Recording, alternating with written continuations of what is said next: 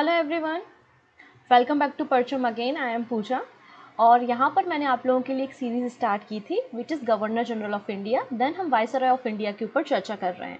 इसके पहले मैंने कैनिंग के बारे में और कई सारे वाइसरॉय के ऊपर आपको चर्चा की है। आज हमें जिन वाइसरॉय के बारे में चर्चा करनी है उनका नाम है लॉर्ड लिटन। तो लिटन के ऊपर हमें चर्चा करनी है, ठीक है। वाइसरॉय ऑफ इंडिया ये कब से कब तक रहे? तो 1876 से 1880 के बीच में रहे। तो बेसिकली हमें यहाँ पे केवल इतना सीखना है कि जब लिटिन हमारे देश के वाइसरॉय थे उस समय उनके टेन्योर में इन्होंने क्या क्या काम किए हैं, ठीक है। केवल इतनी बातों को ही सीखना है, हम डिटेल में कुछ भी डिस्कस नहीं करेंगे क्योंकि हिस्ट्री का कंप्लीट वीडियो मैंने कवर किए हुए हैं जो प्लेलिस्ट में अवेलेबल है। तो आप उन वीडियो पे अगर जाएंगे तो आपको हर एक, जैसे कि कोई वॉर हो रही है किसी के समय, तो उसके बारे में जानकारी आपको वहाँ पर मिल जाएगी। फॉर एग्जाम्पल अगर मैं बताऊँ कि लिटन के समय जो है वो सेकेंड नंबर की आपकी अफगान एंग्लो वॉर होती है ना। Afghan Anglo war second number की किसके समय होती है? लिटन के समय होती है। अब क्या रीज़न थे, क्या बैकग्राउंड था, वो यहाँ पर हम डिस्कस नहीं करेंगे। रीज़न आप उसे कंप्लीट हिस्ट्री कोर्स में ही देखिएगा। केवल इनके इवेंट्स में, इनके समय पे क्या इंपॉर्टेंट इवेंट्स हुए हैं उनको हम डिस्कस करेंगे। आप कॉपी पेन लेकर बैठिएगा, जैसे इंपॉर्टेंट इवेंट्स को आप नोट डाउन करते जाएं। अदरवाइज इसकी पीडीएफ तो आपको मिल ही जाएगी और पीडीएफ हमारी वेबसाइट पे भी मिल जाएगी और हमारे परचम के स्टोर पे, एप्लीकेशन पे भी अवेलेबल हो जाएगी। ओके है, चलो स्टार्ट कर लेते हैं। लॉर्ड लिटन का समय। तो लॉर्ड लिटन, जैसे कि मैंने कहा, वाइसरॉय ऑफ इंडिया तो थे ही, गवर्नर तो मतलब वाइसरॉय तो भारत के थे ही। इसके अलावा ये बहुत अच्छे पोएट भी थे, है ना। एक बहुत अच्छे लिटरेचर मतलब उपन्यासकार, कविताएं भी लिखा करते थे ये। और इनका जो पेन नेम था, मतलब जिस नाम से ये अपनी कविताओं को लिखा करते थे, पोएम्स को लिखा करते थे, उसका नाम था ओवन मेरेडिथ। ओवन मेरेडिथ, इस नाम से इन्होंने अपनी कई सारी पोएम्स को लिखी हैं। तो अगर आपसे कभी एग्जाम में पूछ लिया जाए कि कौन से वाइसरॉय ऑफ इंडिया थे जो एक बहुत अच्छे पोएट भी थे, तो आंसर हो जाएगा लिटन। लिटन भारत के वाइसरॉय होने के साथ साथ एक बहुत अच्छे पोएट भी थे और इनका एक पेन नेम था जिससे वो अपनी कविताएं लिखा करते थे, जिस नाम से वो कविताएं पब्लिश किया करते थे, वो नाम था ओवन मेरेडिथ। अच्छा, लॉर्ड लिटन जो है, इनका समय अगर हम देखेंगे तो इनका टेन्योर भारत में 1876 से लेके 1880 के बीच में, 1880 के बीच में लगभग 4 सालों तक आप देखेंगे कि लिटन का टेन्योर था। अब लिटन के टेन्योर के समय जो इंपॉर्टेंट इवेंट्स हुए हैं वो हम देख लेते हैं, जहाँ से एग्जाम में क्वेश्चन आते हैं। आप लोग दिल्ली दरबार के बारे में सुना होगा। हमारे देश में टोटल 3 बार दिल्ली दरबार का आयोजन हुआ था। पहला जो दिल्ली दरबार लगा था 1877 में, वो लिटन के समय ही लगा था और लिटन ने ही लगाया था। तो 1877 का रॉयल जो हमारा दरबार या दिल्ली दरबार है उसका आयोजन किया गया था, जिसमें विक्टोरिया, रानी विक्टोरिया को केसरी हिंद का टाइटल दिया गया था, ठीक है। इस पे हम चर्चा करेंगे। तो दिल्ली दरबार पहला 1877 में आयोजित किया गया था लिटन के समय पे, जिसमें विक्टोरिया, रानी विक्टोरिया को केसरी हिंद का टाइटल दिया गया। अलीगढ़ कॉलेज की स्थापना 1877 में की गई थी। फिर हम बात करेंगे vernacular press act. Very very important, कई बार एग्जाम में क्वेश्चन आते हैं कि वर्नाकुलर प्रेस एक्ट किसने पास किया था। तो ये वर्नाकुलर प्रेस एक्ट जो है वो 1878 में लिटन ने पास किया था। इसके अलावा सेकेंड नंबर का जो एंग्लो अफगान वॉर होता है वो लिटन के समय होता है, ठीक है। और इन्होंने क्या किया था, जो सिविल सर्विसेज के एग्जाम होते थे, आप सभी को पता है हमारे देश में तो होते नहीं थे, लंदन में जिन भी इंडियंस को सिविल सर्विसेज के एग्जाम देने जाना होता था वो लंदन जाते थे।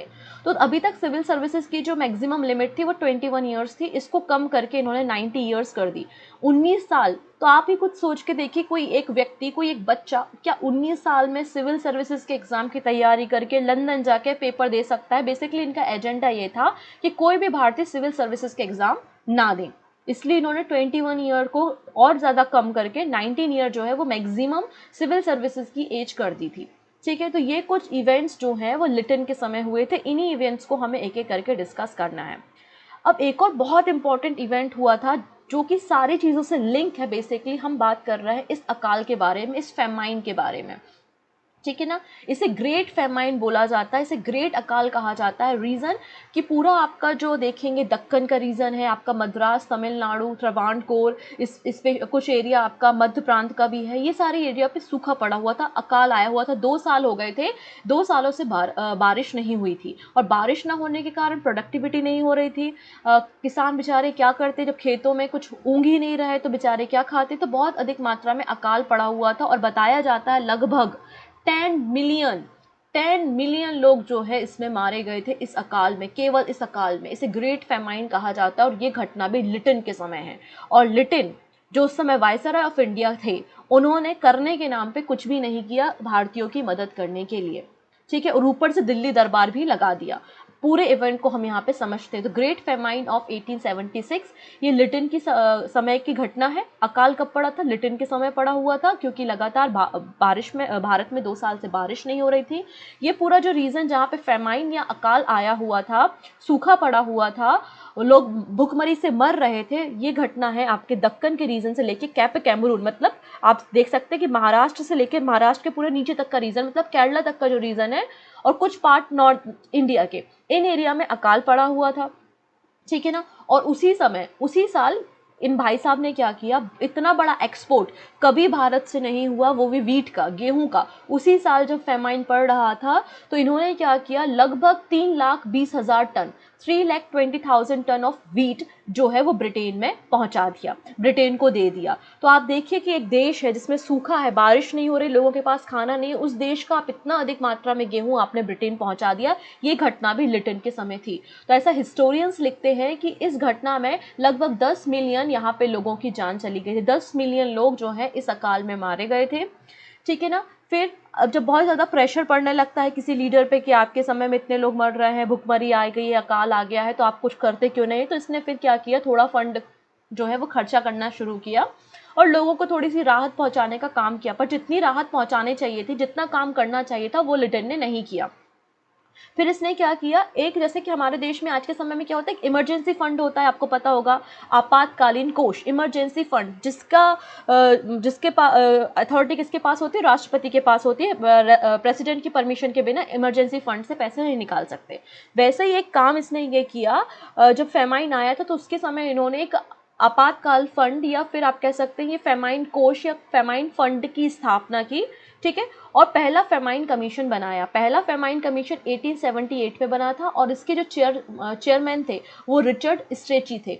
रिचर्ड स्ट्रेची के द्वारा यहाँ पर एक पहला फेमाइन कमीशन बनाया गया और इन्होंने कुछ रिकमेंडेशन दी कि यहाँ पे इन्होंने बोला कि जो लोग हट्टे खट्टे हैं, जो स्वस्थ है, जिनके 2 हाथ 2 पैर है, चल फिर सकते हैं, तो उन लोगों को आपको कंपनसेशन देने की ज़रूरत नहीं है, उनको फ्री में फूड या शेल्टर देने की ज़रूरत आपको बिल्कुल नहीं है। जो लोग बहुत ज़्यादा गरीब हैं या जो कि बहुत बीमार हैं, अपंग हैं, हैंडीकैप्ड है, केवल उन लोगों को आप क्या करो, फ्री में फूड या शेल्टर दो। जो लोग हट्टे खट्टे हैं आप उनको फूड या शेल्टर मत दो। ये बात स्ट्रेची ने अपने इस कमीशन की रिपोर्ट में कही थी। कहते जो लोग हट्टे खट्टे हैं, स्वस्थ हैं, जिनके हाथ पैर हैं, आप उनको किसी पब्लिक काम में लगा दो। आज भी हमारे देश में जैसे कि PWD डिपार्टमेंट चलता है, हमारे देश में मनरेगा स्कीम चलती है, तो वैसे ही यहाँ पे पब्लिक डोमेन के वर्क शुरू किए गए कि हर एक प्रोविंस में, स्टेट में कुछ ना कुछ तो वर्क होते ही हैं, है ना। इन लोगों को आप उन कामों में लगाओ तो वो मजदूरी करेंगे और मजदूरी से पैसा कमाएंगे और इसके बाद अपना सर्वाइवल देखेंगे।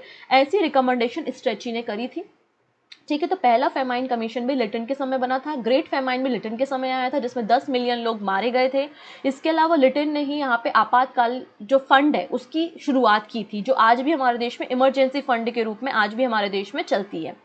क्लियर है। अब इतना ग्रेट फेमाइन आया हुआ है, लोग इतने मर रहे हैं, उसके बाद भी आपने गेहूं को भेज दिया, एक्सपोर्ट कर दिया ब्रिटेन, और उसके बाद आपने बहुत बड़ा दिल्ली दरबार का आयोजन किया। ये फर्स्ट दिल्ली दरबार आप कह सकते हैं जिसमें जितने भी हमारे प्रिंसली स्टेट थे, उस समय लगभग 562 रियासतें थी, प्रिंसली राजा थे, सभी राजाओं को बुलाया गया कि आओ दिल्ली आओ, दिल्ली आओ और इस दिल्ली दरबार में बैठो, ठीक है। तो इस तरीके से यहाँ पे रॉयल टाइटल एक्ट 1876 और दिल्ली दरबार 1877 का आयोजन किया गया। दिल्ली दरबार का आयोजन किया जाता था, बेसिकली 3 बार यहाँ पर दिल्ली दरबार का आयोजन किया गया है। मैं तीनों को एक एक करके लिख देती हूँ जिससे आपको समझने में थोड़ा ईजी हो।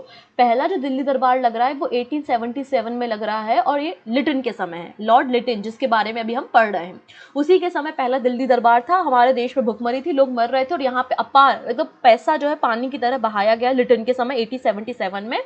और एक दिल्ली दरबार लगाया गया था वो क्वीन विक्टोरिया के लिए लगाया गया था, क्योंकि ये चाहता था भाई विक्टोरिया रानी जो है वो समझे कि हम कितना अच्छा काम कर रहे हैं, है ना। और कहा गया कि जो रानी विक्टोरिया है वो भारत की सम्राज्ञी है, जो विक्टोरिया रानी है वो भारत की सम्राज्ञी है, और विक्टोरिया रानी जो है उनको केसरी हिंद का टाइटल जो है इस दिल्ली दरबार में दिया गया, ठीक है। तो पहला दिल्ली दरबार ये हुआ। सेकेंड दिल्ली दरबार जो है वो एक और बहुत ही अभूतपूर्व व्यक्ति थे, अलग ही आदमी है वो भी, उसके ऊपर चर्चा करेंगे, कर्जन। लॉर्ड कर्जन के बारे में सुना होगा, जिसने बंगाल का पार्टीशन कराया था। तो 1903 में सेकेंड नंबर का दिल्ली दरबार लगता है, और इसमें एडवर्ड 7 और क्वीन अलेक्जेंड्रिया के लिए इस दिल्ली दरबार का आयोजन होता है। ठीक है, तो ये पहला दिल्ली दरबार था क्वीन विक्टोरिया के लिए था, लेकिन क्वीन विक्टोरिया भारत नहीं आई थी, केवल उनके लिए दिल्ली दरबार लगाया गया था। सेकेंड नंबर का जो दिल्ली दरबार था 1903 में, ये एडवर्ड 7 और क्वीन अलेक्जेंड्रिया के लिए लगाया गया था, लेकिन ये लोग भी भारत नहीं आए थे, लेकिन इन लोगों के लिए दिल्ली दरबार भारत में लगा था। थर्ड नंबर का जो दिल्ली दरबार लगा था वो 1911 में लगा था, हार्डिंग के समय। 1911 में हार्डिंग के समय लगा था।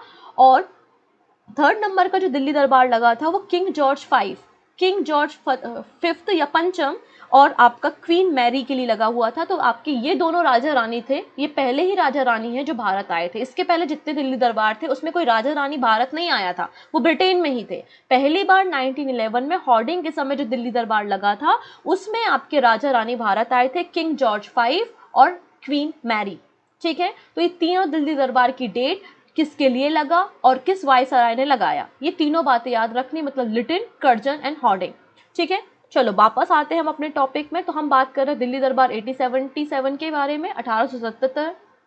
इसमें दिल्ली दरबार का आयोजन किया गया लिटिन के समय, क्वीन विक्टोरिया के लिए आयोजन किया गया, और क्वीन विक्टोरिया को केसरी हिंद का टाइटल यहाँ पर दे दिया गया। चलिए, और क्या हुआ लिटिन के समय, तो यहाँ पे देखिएगा, आपको पता है मैंने मेयो के समय बताया था, मेयो ने क्या किया था, डिसेंट्रलाइजेशन किया था फाइनेंस का। मतलब जो पैसा है, जो टैक्स है, वो केवल और केवल सेंट्रल गवर्नमेंट के पास नहीं रहेंगे, स्टेट गवर्नमेंट के पास भी कुछ अथॉरिटी दे दी गई कि आप इन मामलों में टैक्स ले सकते हो, इन मामलों में आपके फाइनेंस अधिकार हैं, है ना। तो यहाँ पे जो डिसेंट्रलाइजेशन ऑफ फाइनेंस का लॉर्ड मेयो ने किया था, उसे लॉर्ड लिटिन ने कंटिन्यू करने का काम किया। मतलब जो आपका डिसेंट्रलाइजेशन ऑफ फाइनेंस चल रहा है, विकेंद्रीकरण, वित्तों का, पैसों का विकेंद्रीकरण जो मेयो ने शुरू किया था, वो लिटिन ने कंटिन्यू किया। पहली चीज तो लिटिन ने ये की।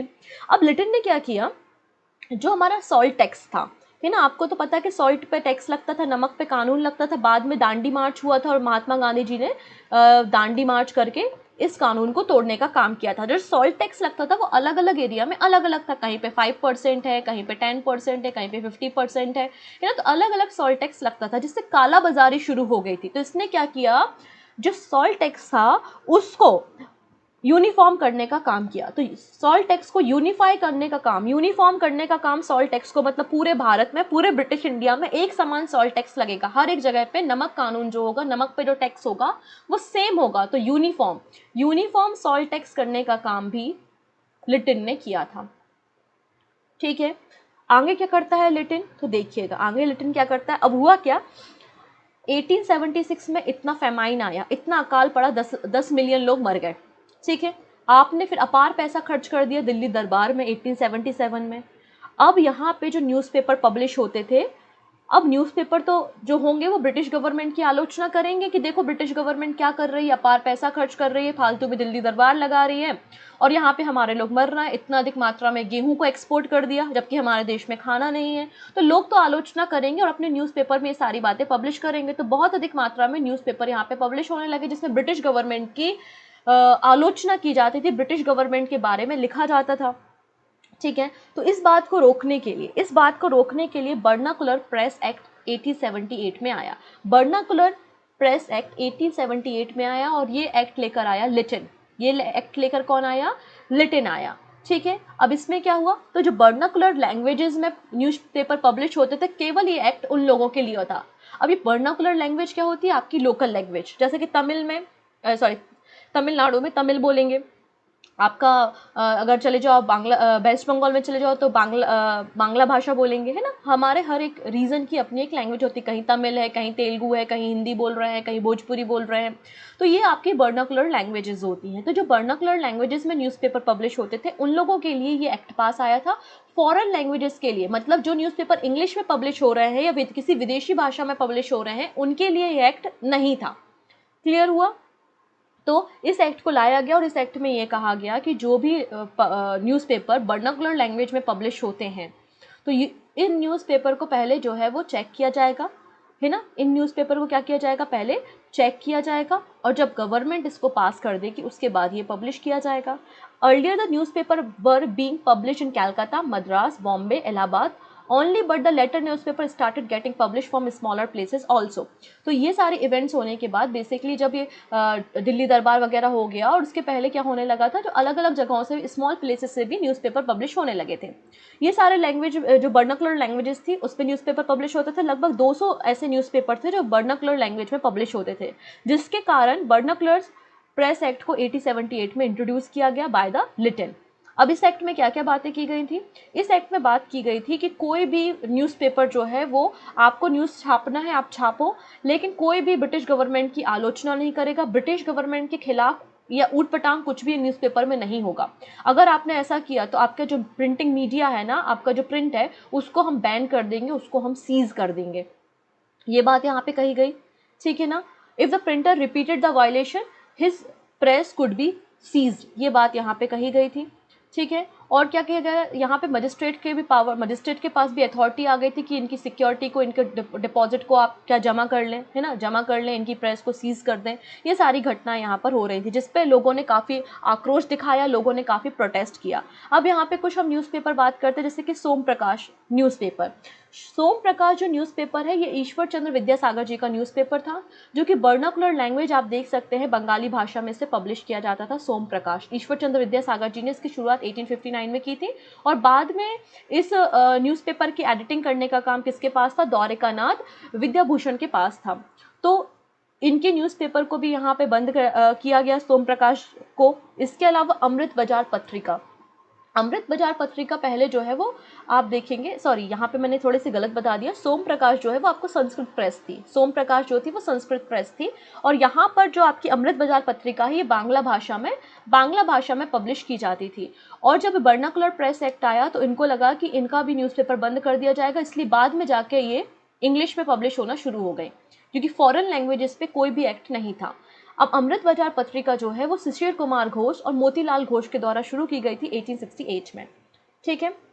अगली बात करते हैं आर्म एक्ट 1878। तो आर्म एक्ट को लेकर भी लिटिन आया था। आर्म एक्ट में कहा गया था कि जो भारत के लोग हैं बिना लाइसेंस के अपने पास कोई भी हथियार नहीं रख सकते। विदाउट लाइसेंस आपको परमिशन नहीं है, क्रिमिनल ऑफेंस माना जाएगा, जिसमें आपको 3 साल की सज़ा और पेनल्टी, फाइन भी लग सकता है।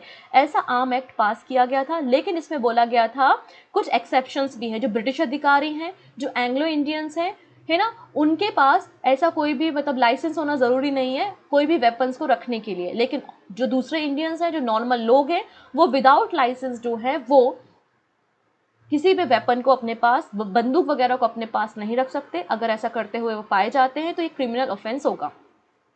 इसके अलावा फ्री ट्रेड, इसने क्या किया था, जो इम्पोर्ट ड्यूटीज़ लगती थी, इम्पोर्ट ड्यूटी क्या होती है, कोई सामान जो है वो दूसरे देश से मतलब हम इंपोर्ट कर रहे हैं, आ रहा है, आयात हो रहा है ना। तो जब कोई प्रोडक्ट आता है हमारे पोर्ट पे उतरता है, तो आने वाले प्रोडक्ट पे कुछ टैक्सेस लगते हैं, जिसको हम इंपोर्ट ड्यूटी कहते हैं। तो ब्रिटेन से आने वाले प्रोडक्ट पे इसने क्या किया था, इंपोर्ट ड्यूटी हटा दी थी। लगभग 29 ऐसे सब्जेक्ट थे या प्रोडक्ट से जिसपे इसने इंपोर्ट ड्यूटी हटा दी थी, जिससे क्या होने लगा था, जो ब्रिटिश से आने वाला माल था, ब्रिटेन से आने वाला माल था, उसकी कीमतों में और कमी आ गई। तो बचा खुचा जो हमारे देश में उद्योग था, बची हुई जो हमारे देश में इंडस्ट्रीज थी, वो भी खत्म कर दी, ठीक है। मतलब हमारे देश में अब बेरोजगारी बढ़ गई है, और हमारे देश के जो सारे उद्योग हैं, जो हमारे देश के उद्योग हैं, वो भी अब खत्म हो गए, क्योंकि जो विदेशों से माल आ रहा है वो बहुत सस्ती कीमतों पे आ रहा है, और वहाँ पे तो इंडस्ट्रियलाइजेशन हो चुका है, बड़ी बड़ी मशीनें हैं, तो बहुत अधिक मात्रा में मैन्युफैक्चरिंग भी हो रही है, ठीक है। नेक्स्ट है सेकेंड नंबर का एंग्लो अफगान वॉर। तो आपके फर्स्ट एंग्लो अफगान वॉर के बारे में मैंने बताया था। फर्स्ट एंग्लो अफगान वॉर के समय जो है वो ब्रिटिशर्स की न जीत हुई थी ना हार हुई थी, लेकिन बहुत ज़्यादा बेइज्जती ज़रूर हुई थी ब्रिटिशर्स की। तो उसके बाद से जो जितने भी फिर गवर्नर आ रहे थे या वायसराय आ रहे थे, तो उनका यहाँ पे जो पॉलिसी थी वो नो इंटरवेंशन की पॉलिसी थी। अभी तक क्या चल रहा था, नो इंटरवेंशन पॉलिसी। मतलब नो इंटरवेंशन पॉलिसी का मतलब अफगानिस्तान का जो भी मैटर है उसको हम कोई भी इंटरफेरेंस हम नहीं करेंगे। लेकिन जो ब्रिटेन के प्राइम मिनिस्टर थे उनकी नज़र तो अफगानिस्तान पे थी ही, और जब लिटिन भारत में आया तो लिटिन और ब्रिटेन के प्राइम मिनिस्टर ने अब सोचा कि अब हमें अफगानिस्तान के मैटर में इंटरफेरेंस करना शुरू करना चाहिए, क्योंकि वहाँ से रशिया का जो सोवियत यूनियन था उनका इन्फ्लुएंस भी अफगानिस्तान में बढ़ रहा था, और सोवियत यूनियन जो था ना, सोवियत यूनियन का एक ग्रुप ऑलरेडी अफगानिस्तान में था, ठीक है ना। अब यहाँ पे अगर हम बात करते हैं तो इस समय अफगानिस्तान में जो रूलर था वो कौन था? On this side under Akbar Khan, the son of Dost Mohammad, Afghanistan once again become independent and Dost Mohammad Khan came back to power in 1843, Akbar Khan die in 1845। तो यहाँ पे दोस्त मोहम्मद और उसके बाद अकबर खान जो है वो यहाँ पर रूल कर रहे थे, और अकबर खान का बेटा था आगे जाके आयूब खान, वो बेसिकली याकूब खान था, आई थिंक याकूब खान यहाँ पे बैठा हुआ था, ठीक है ना। तो यहाँ पे रशिया ने एक फिक्स्ड बाउंड्री जो है वो अफगानिस्तान की टेरिटरी के साथ बना के रखी थी, और यहाँ पर डिप्लोमेटिक मिशन भी रशिया के ऑलरेडी काबुल में थे। रूलर था शेर अली खान। रूलर कौन था यहाँ पे? शेर अली खान। अभी आगे और हम चर्चा करेंगे। तो शेर अली खान यहाँ पे रूलर था। जब ब्रिटिशर्स ने कहा कि हम भी अपना डिप्लोमेटिक जो ग्रुप है, ये मिशन है, अफगानिस्तान काबुल में भेजना चाहते, तो शेर अली खान ने डिनाई कर दिया। जब शेर अली खान ने डिनाई कर दिया तो ब्रिटिशर्स बड़े नाराज हो गए कि आपने रशिया को तो मतलब परमिशन दी है और हमको परमिशन नहीं दे रहे हैं। तो इसके यहाँ से ही शुरुआत होती है, एक ट्रिगरिंग पॉइंट मिलता है सेकेंड एंग्लो अफगान वॉर के लिए, ठीक है। अब यहाँ पे एक संधि होती है बेसिकली, जिसको हम गंडमाक संधि के नाम से जानते हैं। गंडमाक संधि जो है वो शेर अली खान के बीच में होती है। In the second Anglo Afghan war the much of the Afghanistan was occupied by the Britishers. Sher Ali Khan was defeated and the fleet towards the Turkistan. Sher Ali Khan सन जो है वो याकूब खान है ना, मोहम्मद याकूब खान जो है वो गंडमक की संधि पे साइन करते हैं। तो गंडमक की संधि पे साइन किसने की? याकूब खान ने, ठीक है। किसके बीच में हो रही है? याकूब खान के बीच में हो रही है, ब्रिटिशर्स के बीच में हो रही है। और यहाँ पे बोला गया, ब्रिटिशर्स ने क्या बोला याकूब खान को, ये जो वॉर हुआ है उसका तो पहले आप कंपनसेशन दे दो, उसके बाद हमारे डिप्लोमेटिक मिशंस को आप अलाउ करो आपके टेरिटरी में, काबुल में, और इसके अलावा एक रेजिडेंट जो है वो आपके काबुल में रहेगा। ये बातें यहाँ पे बोली गई, जैसे कि पहले अफगान वॉर में भी कहा गया था। ओके, सारी बातें हुई। जैसे ब्रिटिशर्स लौटे, उनकी सेना वापस लौटी, तो जो रेजिडेंट था और रेजिडेंट के साथ जो और दूसरे ब्रिटिशर्स थे, जो ट्राइबल ग्रुप था अफगानिस्तान का, अफगानिस्तान के ट्राइबल ग्रुप ने उन लोगों को मार दिया, उन लोगों को क्या कर दिया? मर्डर कर दिया। और मर्डर कर दिया तो ब्रिटिशर्स वापस गुस्सा हो गए। वापस गुस्सा होने के बाद अपनी आर्मी को भेज दिया और इस तरीके से काबुल को भी ऑक्यूपाई कर लिया गया था ब्रिटिशर्स के द्वारा। और याकूब खान, ऐसा बोला गया कि याकूब खान के कारण ये विद्रोह हुआ है, इसके कारण याकूब खान को जो है हटा दिया गया गद्दी से और उसे देहरादून भेज दिया गया और जेल में डाल दिया गया। तो इस तरीके से आपका सेकेंड एंग्लो अफगान वॉर हुआ था, और ये बात भी लिटन के समय की है। लिटन के बाद जो है रिपिन अगले गवर्नर या अगले वायसराय भारत के होते थे। लॉर्ड रिपिन के बारे में आने वाले समय पे हम चर्चा करेंगे। और क्या हुआ लिटन के समय? तो लिटन के समय जो है वो Mohammedan Anglo Oriental college sir Syed Ahmed Khan ने इसे बिल्ड किया था। बाद में जैसे आज हम अलीगढ़ मुस्लिम यूनिवर्सिटी के नाम से जानते हैं, ये घटना हुई थी। इसके अलावा लिटन ने जो है वो आपका जो टैक्स था फॉरेन कॉटन पे जो इंडिया आता था उसे हटाने का काम किया था। इसके अलावा इसने क्या किया था? इंडियंस को डिस्करेज करने के लिए जो आपकी मैक्सिमम एज थी सिविल सर्विसेज को देने के लिए 21 ईयर्स, उसको रिड्यूस करके 19 ईयर्स कर दिया था, जिससे कोई भी इंडियन लंदन जाके सिविल सर्विसेज का एग्जाम ना दे सके और कोई भी सिविल सर्वेंट या IPS IAS ना बन सके। तो ये भी लिटन ने किया था, ठीक है। तो ये कुछ घटनाएं थी लिटन के समय। तो मैक्सिमम इंपॉर्टेंट बातें मैं एक बार यहाँ पे शॉर्ट में आपको लिख देती हूँ, जो आपको बिल्कुल रट लेनी है। लिटन एक पोएट था, ठीक है। ओवन इसका पेन नेम था, वो आपको याद रखना है। लिटन के समय आपका सेकेंड नंबर का अफगान वॉर हो रहा है, ये बात आपको पता होनी चाहिए। यहाँ पे गंडमक की जो ट्रिटी है वो आपको याद रखनी है। अगली बात, इसने 21 से जो मैक्सिमम एज थी उसको रिड्यूस करके 19 कर दी आपके सिविल सर्विसेज के लिए। इसने क्या किया? यूनिफॉर्म सॉल्ट टैक्स किया। इसने फ्री ट्रेड पॉलिसी को अपनाया, फ्री ट्रेड पॉलिसी को ये लेकर आया। और क्या किया इसने? इसके समय पे बर्नाकुलर प्रेस एक्ट आया। इसके समय द ग्रेट फेमाइन हुआ, ग्रेट फेमाइन की घटना इसके समय पे हुई है, ठीक है। इसके समय पे दिल्ली दरबार लग रहा है, और रानी विक्टोरिया को केसरी हिंद का टाइटल इसके समय ही दिया जा रहा है। इसने आर्म्स एक्ट को भी 1878 पे पास किया। तो ये मेजर घटनाएं हैं जो कि लिटन के समय है, और क्वेश्चन बनना होगा तो इसी से बनेगा। क्लियर है? आगे हम रिपिन और दूसरे वायसराय के ऊपर चर्चा करेंगे अपकमिंग वीडियोस में। आई थिंक आपको सारा मैटर समझ में आया होगा। मिलते हैं नेक्स्ट सेशन में, तब तक अपना ध्यान रखेंगे और अपने फ्रेंड्स के बीच में इस वीडियो को जरूर शेयर करेंगे। Take care.